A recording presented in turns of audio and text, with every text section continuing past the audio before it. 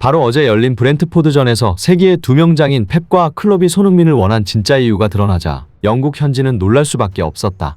그것은 손흥민의 스피드와 슈팅력 때문이 아니었기 때문이다.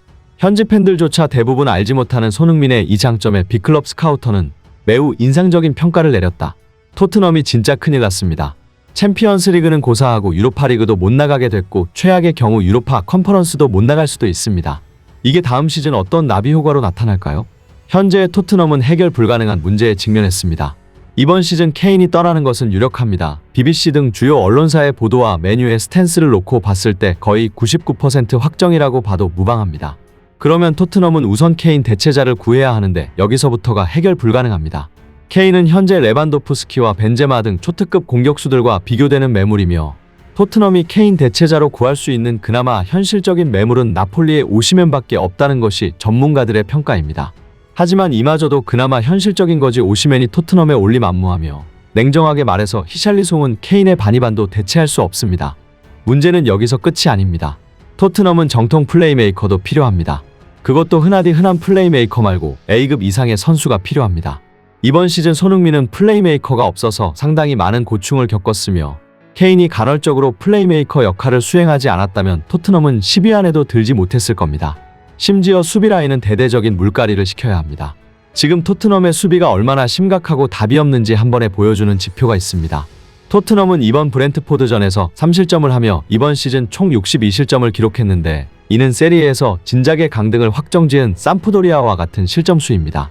또한 프리미어리그 역사상 38경기에서 60득점과 60실점을 동시에 기록한 팀은 토트넘밖에 없습니다.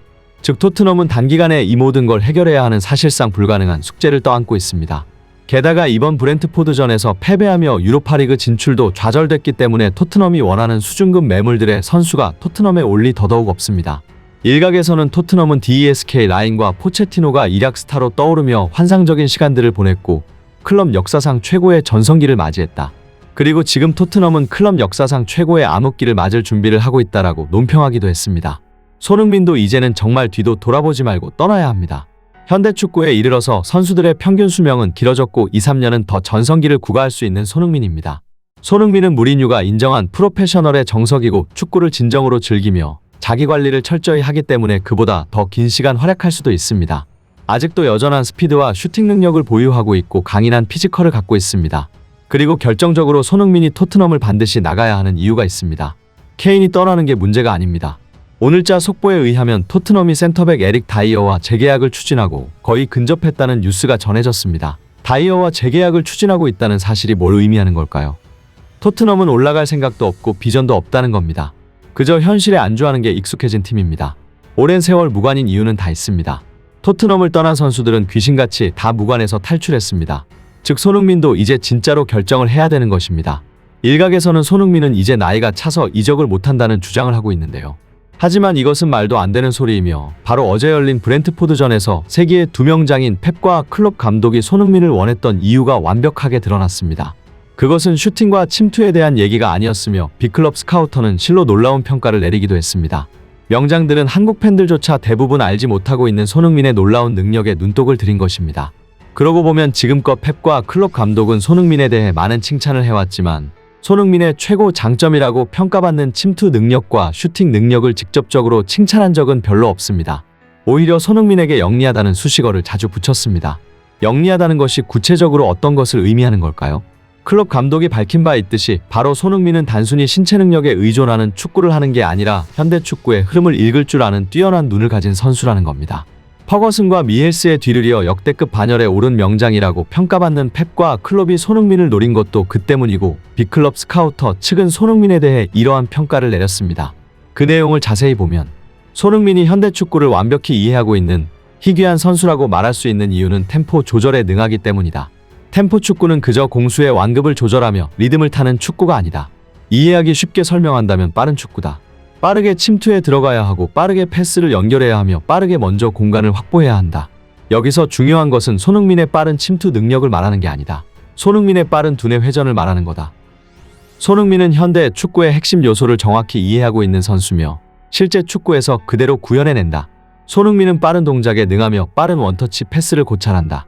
시종일관주의 선수들을 확인하며 공을 주고받고 공간을 확보해 나간다.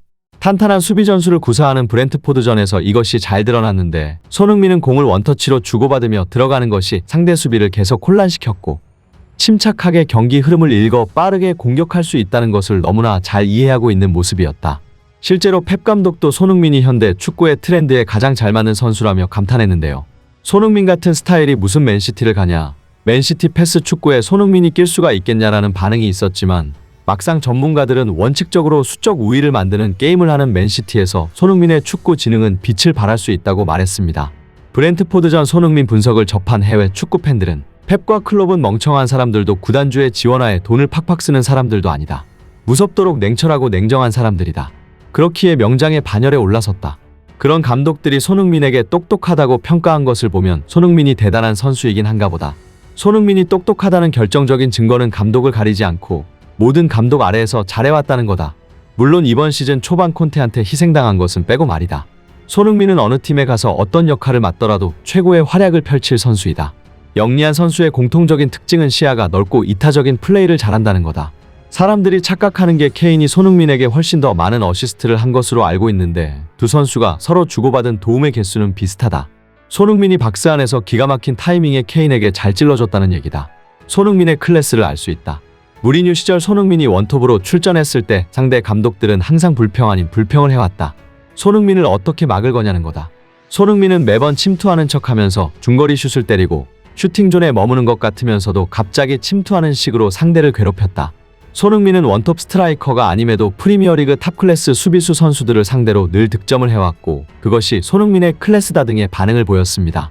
그도 그럴 것이 애초에 손흥민이 스피드만 빠르고 슈팅만 좋았다면 빅클럽들이 노리지 않았을 것입니다. 손흥민만큼은 아닐지언정 충분히 양발 슈팅에 능하고 스피드가 빠른 선수는 찾아보면 있으며 최고 시속이 손흥민보다 더 빠른 선수들도 얼마든지 있습니다. 손흥민은 폭발적인 순간 스피드와 최고의 슈팅 감각과 더불어 두뇌까지 좋기 때문에 빅클럽 스카우터들이 노리는 것입니다. 손흥민은 한때 리버풀과 맨시티, 바이에른 뮌헨과 레알 마드리드 등 빅클럽 이적설이 돌기도 했지만 늘 실제 이적으로 이어지지는 않았습니다. 그렇다면 손흥민의 이적설이 없었던 이유가 무엇일까요? 결론부터 이야기하면 다니엘 레비 토트넘 회장 때문이었습니다. 유럽 축구의 정통한 파브리지오 로마노는 코트 오프사이드를 통해 손흥민을 향한 전 세계 많은 클럽들의 관심이 있었던 것은 사실이라면서 다만 토트넘에서 손흥민은 항상 손을 댈 수 없는 존재로 여겨져 왔다. 레비 회장이 일단 마음을 먹으면 그 대상에 대해 이적에 관한 이야기를 나누기는 어렵다고 말했습니다. 레비 회장이 사실상 이적 불가 리스트에 올려놓았다는 뜻입니다. 협상 자체에 대한 이야기를 꺼내기조차 어렵다는 이야기였습니다. 로마노는 계속해서 손흥민도 런던에서 행복한 생활을 하고 있다. 그것이 다른 클럽으로 옮기는 것에 대한 이야기가 결코 진척되지 않는 이유라고 강조했습니다. 하지만 손흥민도 토트넘도 레비 회장도 많은 것들이 변했는데요. 꼭 손흥민 선수의 이적을 기원하며 영상 마치겠습니다. 끝까지 시청해주셔서 감사합니다.